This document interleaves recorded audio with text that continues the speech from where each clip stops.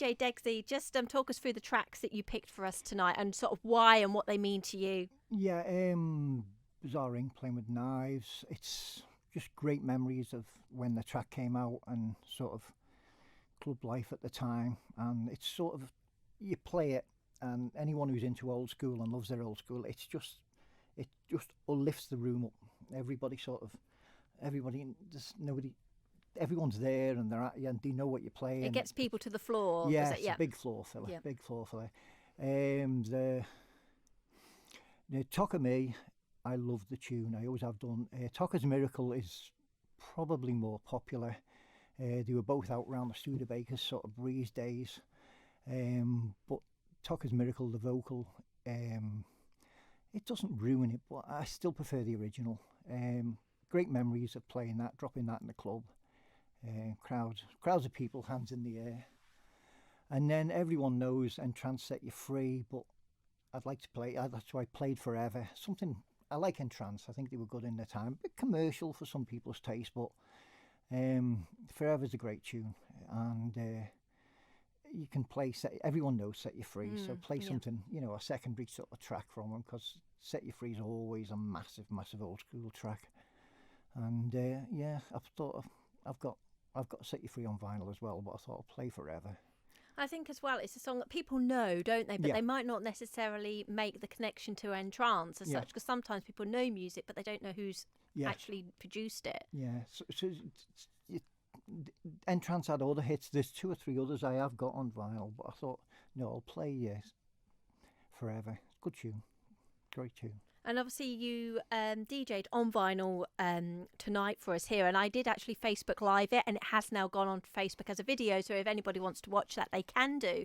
But we were talking off air a bit before as well about how you pretty much stick to vinyl with a few CDs. Yeah. You have got the laptop digital setup as well, but you very rarely use that. No, I've got the laptop. I use mainly for functions. There's about 30,000 on there. It's sort of, you can queue up a auto mix. I mean, don't get me wrong, I've tried Tractor, I've tried Serato. I've got Virtual DJ, which is great for functions. It's no good for sort of club nights or up-to-date club nights. But for functions, you can put an auto mix in, and if you're doing a wedding or a Christmas party or something, you can put your Christmas tracks in, leave it, press auto mix, and walk away and mingle, talk to people you know. Whereas if you can't, if you've got one CD in, one CD out. Yes.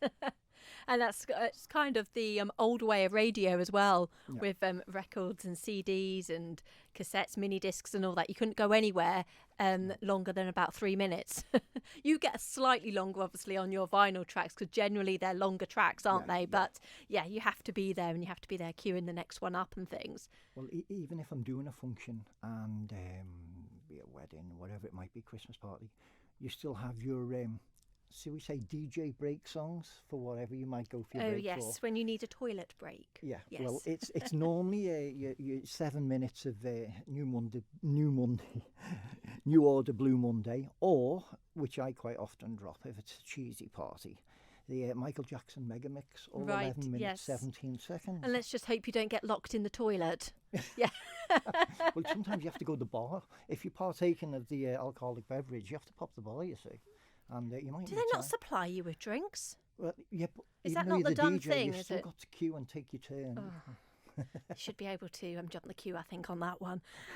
So we talked before about obviously the. It's not a decade; it's sort of 2 decades, isn't it? That you concentrate on. It's from 1987 to 2005. So those 18 years there.